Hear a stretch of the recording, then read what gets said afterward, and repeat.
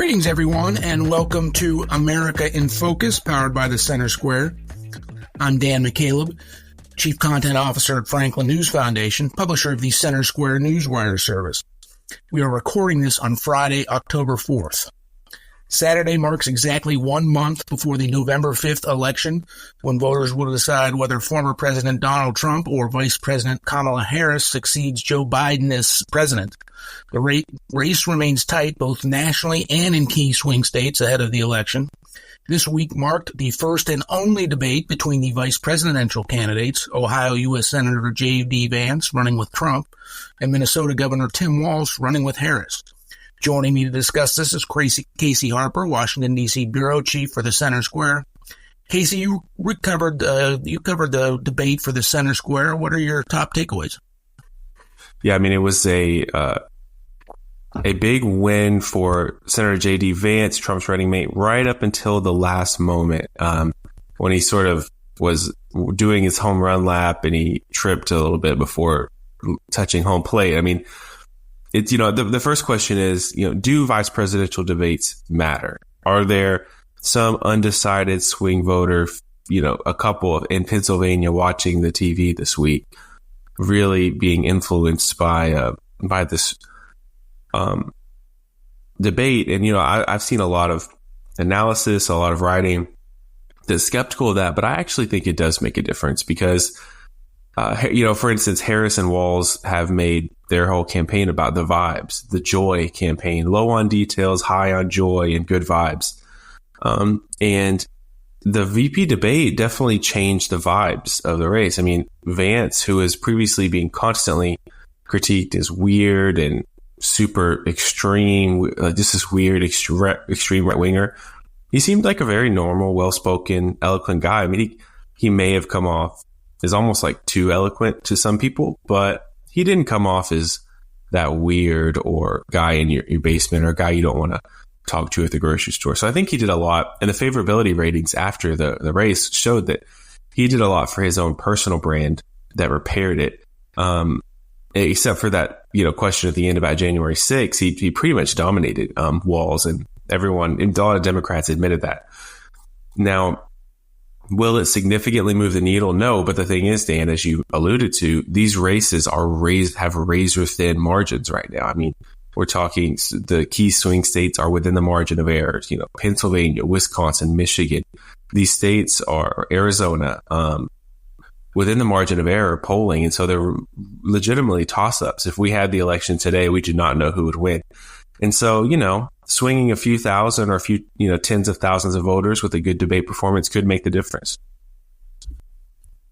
Yeah, when it comes to vice presidential debates, and whether they actually make a difference, the honest answer is I don't know. Who knows? There's a lot of speculation about it, but there is no doubt that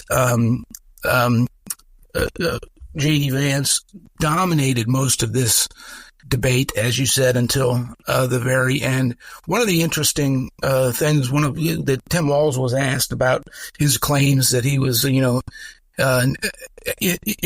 China during Tiananmen Square massacre. He was asked about that.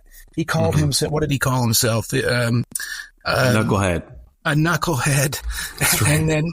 And then conceded that he misspoke, which he's done a lot during this campaign season. He misspoke about his military record, et cetera, et cetera. That was not a good moment for the Minnesota governor. No, I mean, he's on the, how many times can you misspeak on important issues before you're considered just a liar? I don't know. I mean, I think a lot of Republicans do consider him a liar. A lot of high-ranking military retired officers have come out and been highly critical of Walz for embellishing his rank in the military, which is kind of a funny thing to embellish because it's so easily disproven. But he's embellished his rank, and then he basically said that he carried weapons of war into combat. He intimated that, and that wasn't true. He never, he left his place in the military just before his unit was deployed to Afghanistan, actually. So, I mean, that's, that didn't get brought up, and it's probably to his benefit, because I was on a press call this week before the debate with the Trump campaign and, other national reporters. And they dedicated a lot of time on that call to attacking Walz for his military deception, his military record deception. In fact, the password to get on the call was stolen valor. So they were really making that point. So the fact that Walz alluded that criticism was good for him. I think that Walz looked really bad on immigration in particular and the economy. I mean, Vance was very prepared. My sense was, Dan, was that Walz was very prepared to attack Trump. And he had his lines down and he was clipping through those lines and making his one-liners, but he was not prepared at all to defend Harris.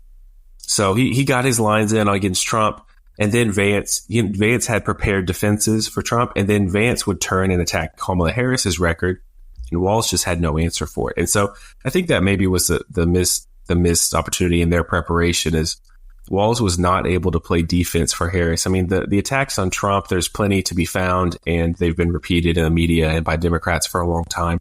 There's no shortage of attacks on Trump, but defenses of Harris's record seemed more rare at that debate. So let's push it forward, Casey, in the short time we have left. Tomorrow, Saturday, October 5th is the 1 month mark until the election. It's October.